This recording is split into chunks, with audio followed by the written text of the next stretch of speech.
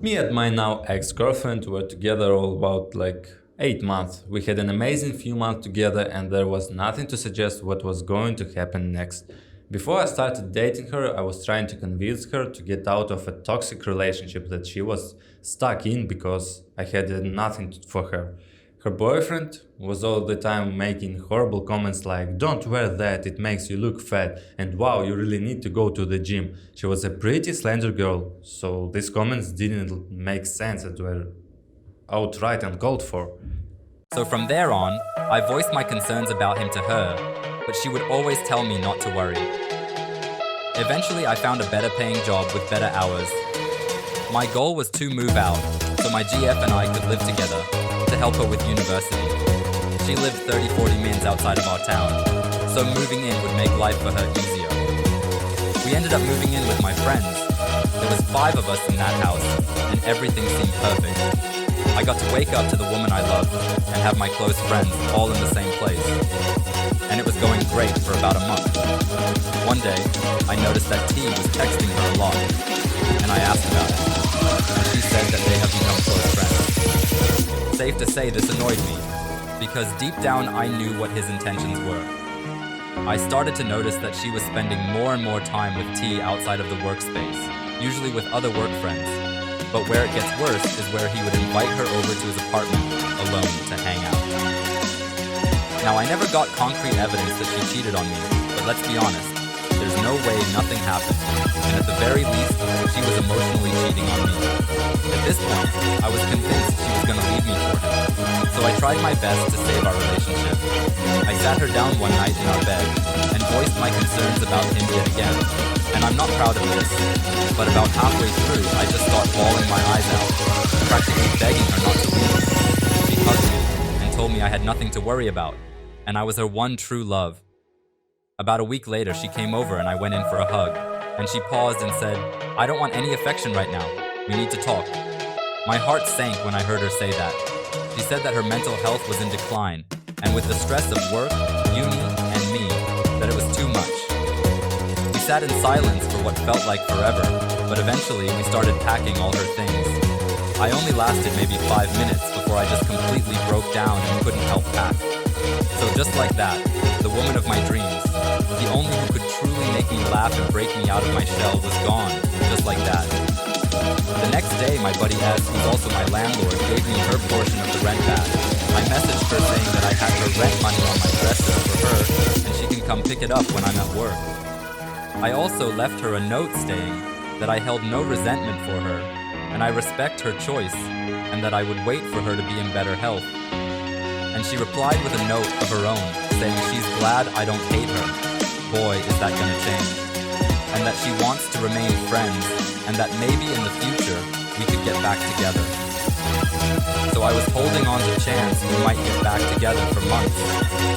But as it turns out, she started dating T, not even a month after she left me. So all that mental heat stuff she was saying was all a lie, and nothing more than an excuse to leave me for someone almost twice her age. Ever since I found out they've been dating, I have been inconsolable. I feel like she was groomed by him, and the fact that her family is just okay with it is absolutely mind-blowing. Not really looking for any advice, just wanted to pretty much write my thoughts down as a way to help me get over her. But if you made it the end, I want to say thank you, and I hope you never have to experience anything like this. Last Friday, I, 25, caught my now ex-boyfriend, 27, cheating on me with a coworker from work. He was asleep, and I went to grab my phone charger, and his phone glitched, and I saw a name I heard of, but didn't know he was texting. So I snooped, and found out he lied to me about working a night shift that Thursday night, and went over to her apartment. He had a couple drinks, so I wanted to know when he got there safely. I checked his location, and it wasn't available.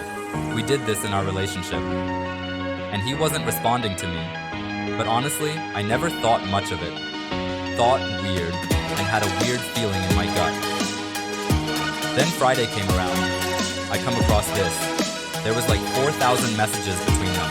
The latest ones from Friday were hearts, him calling her babe, winky faces, and how her glasses were so dirty, to which his response was that they were rolling around on them. Then a winky face also shit-talking me. That's as far as I read up to, before waking him up and telling him I'm done. He denied and denied it, then had the audacity to call her as if she was going to tell me anything. I asked what was up with the texts. She went silent. He wanted to show me the texts, but apparently wouldn't let me go through it on my own. Just a, here look while I scroll really fast type of bullshit. I packed my shit and left. Didn't hear from him Saturday, then comes Sunday. He sends me a big apology message and how he was wrong and how he went go her apartment. But they didn't do anything.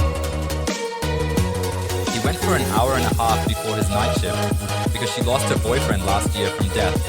Classy, right? And he lost his best friend 5 years ago. Let me mention, I also lost my best friend a month after he lost his, and I was the one who was there for him through his highs and lows. Anyways, apparently they connected through their losses.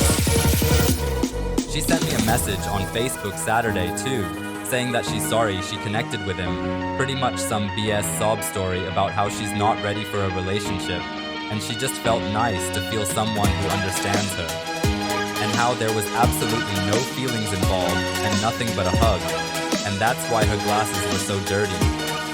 I don't believe it for a second. Clearly more went on to have been messaging the girl behind my back with 4K messages. Clearly he told her to send me that message, then tells me he deleted her for good, but there was like 300 more messages in their chat from Bryson when he showed me, and I also seen he sent her screenshots of the message she sent me, so the lies just keep going on. He keeps trying to tell me and everybody around that he's telling me the truth, but I don't think it's the full truth. Clearly there is more to that truth. I invested 6 years of my life with this man, provided for him, supported him, paid for mostly all his shit, and to get ahead in life. I was going to sign for us to move onto a property yesterday, but thank goodness I found out he was a cheating scumbag on Friday, and didn't invest my money or time into it. This isn't the first time he's been unfaithful, but it will be the last. Now he will try to turn everyone against me and play the victim like narcissistic assholes do.